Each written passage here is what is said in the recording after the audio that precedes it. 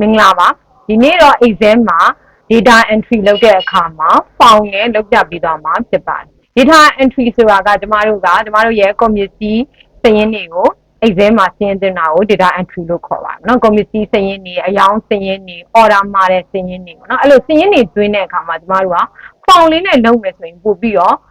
မြန်ဆန်ပြီးတော့မှန်ကန်စီမှာဖြစ်ပါတယ်เนาะလုံးဝလည်းပို့ပြီးတော့လွယ်ကူပါတယ်အဲ့တော့ပေါင်လုံးမယ်ဆိုရင်ပထမဆုံးကျမတို့ကကို data နဲ့ပတ်သက်ပြီးဘာတွေမှတ်မှာလဲပေါ့အဲ့ fee တွေကိုအရင်ဆုံးစဉ်းစားပြီးတော့ဒီခေါင်းစဉ်တွေရိုက်ထည့်လိုက်ပါเนาะ fee ဆိုတာဒီခေါင်းစဉ်တွေပေါ့ဥပမာကိုမှရှိတဲ့ committee စင်းနဲ့ပတ်သက်ရင် ID တွေမှတ်မယ်နာမည်တွေမှတ်မယ်ဈေးနှုန်းတွေမှတ်မယ်လက်ကျန်အရေးအတွက်တွေမှတ်မယ်ဆိုရင်ကိုမှတ်ချင်တဲ့ဒီ fee တွေကိုအရင်ဆုံးရိုက်ထည့်လိုက်ပြီးတော့ကျမတို့ရဲ့ဒီ Excel အောင်เนาะဒီ quick access toolbar မှာ form ရှိလားတစ်ချက်ကြည့်လိုက်ပါမရှိဘူးဆိုရင်တော့အရင်ဆုံး form ကိုတင်ပေးရမယ်เนาะတင်မယ်ဆိုရင် file tab ကိုနှိပ်ပါမယ်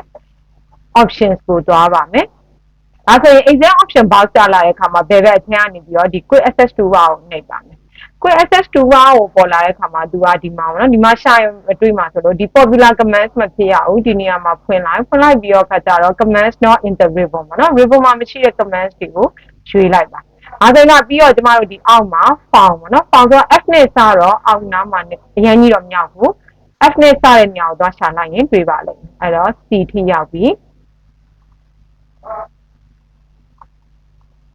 အဲဒီမှာ form ဆိုတာတွေ့ပြီတွေ့ရင်သူ့ကို select လုပ်လိုက်ပါ select လုပ်ပြီးဒီ add ဆိုတာလေးကိုတစ်ချက်နှိပ်လိုက်ပါနော်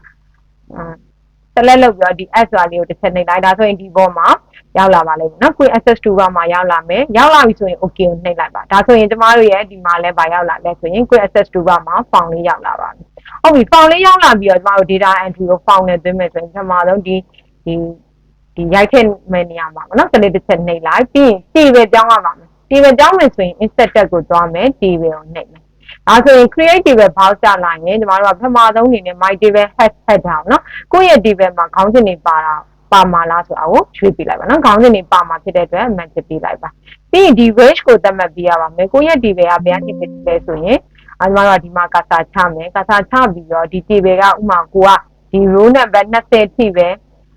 စရင်သွင်းမယ်ဆိုရင်20ထိကိုဆက်လက်မှတ်ပေးလိုက်ပါเนาะဒါ100ထိသွင်းမယ်ဆိုရင်100ထိဆက်လက်မှတ်ပေးပါ okay ကိုနှိပ်ပါမယ်ဒါဆိုရင်သူက table ဖြစ်သွားပါပြီဒါဆိုရင်ဒါ ID တွေ store name တွေရိုက်မယ် form လေးရိုက်မယ်ဆိုရင်ဒီ ID နေရာမှာကာစာချမယ်ဒီ form ကိုတစ်ချက်နှိပ်လိုက်ပါเนาะ quick access toolbar form ကိုတစ်ချက်နှိပ်လိုက်ဒါဆိုရင် form ရောက်လာတဲ့အခါမှာကျမတို့ကဘာဖြစ်လဲဆိုရင်ဒီကျမတို့ဒီရိုက်ထည့်တဲ့ column name တွေပါเนาะ header တွေက fee လို့လည်းခေါ်တယ်เนาะ fee တွေ header တွေကဘာဖြစ်တာလဲဆိုတော့ဒီမှာအလိုလျောက်ရောက်နေပြီးသားဖြစ်ပါတယ်ကျမတို့ကရိုက်ထည့်ရုံပါเนาะဥပမာ ID က C001 ပါနောက်တဲ့ fee တစ်ခုကိုကျင် enter မခေါင်နဲ့เนาะ tab key ကိုတစ်ချက်နှိပ်လိုက်ပါကာစာကနောက်တဲ့ stop name ကိုရောက်သွားရင်ဥပမာပေါ့เนาะ BB cream ပေါ့ BB cream နောက်တစ်ခုtab key ကိုခုံလိုက်မယ် price ဈေးနှုန်းကဘယ်လောက်လဲဆိုရင်3000ခွဲเนาะstop balance လက်ကျန်ကဘယ်လောက်ရှိလဲ90ပေါ့အဲ့ဒါတခုတော့အကုန်ပြီးသွားပြီဆိုမှဒီတစ်ချောင်းစာပြီးသွားပြီဆိုရင် enter ခောက်လိုက်ပါဒါဆိုရင်တော့ဒီမှာenter ခောက်လိုက်တဲ့အတွက်ဒီမှာလည်း data ဝင်သွားပါပြီเนาะဒီမှာလည်းအသစ်ရောက်လာပြီအသစ်ရောက်လာရင်နောက်ထပ်အသစ်တစ်ခုကိုစဉ်းသွင်းမယ် C002 store name foundation price per unit က6000 store balance ကဒါ